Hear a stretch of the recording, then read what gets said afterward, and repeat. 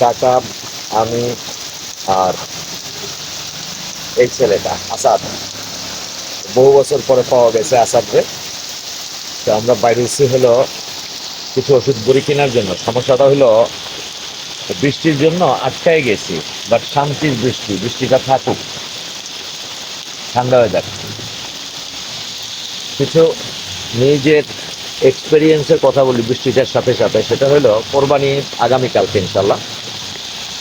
তো প্রত্যেকবার যেটা দেখে আসছি যে কোরবানি ঈদে এই সময়গুলিতে প্রচুর কেনা বেচা হয়, কিন্তু এইবার এখনো অনেক সময় ধরে এখানে দেখলাম না যে গরু টরু নিয়ে লোকজন যাচ্ছে, যে জিজ্ঞেস করবো ভাই দাম কত।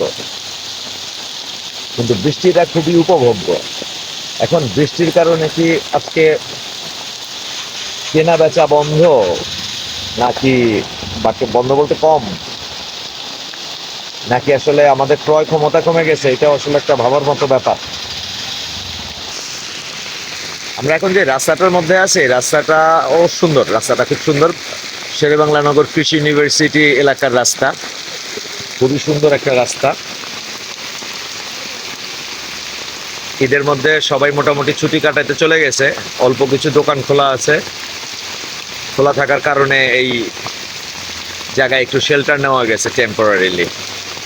বিউটিফুল।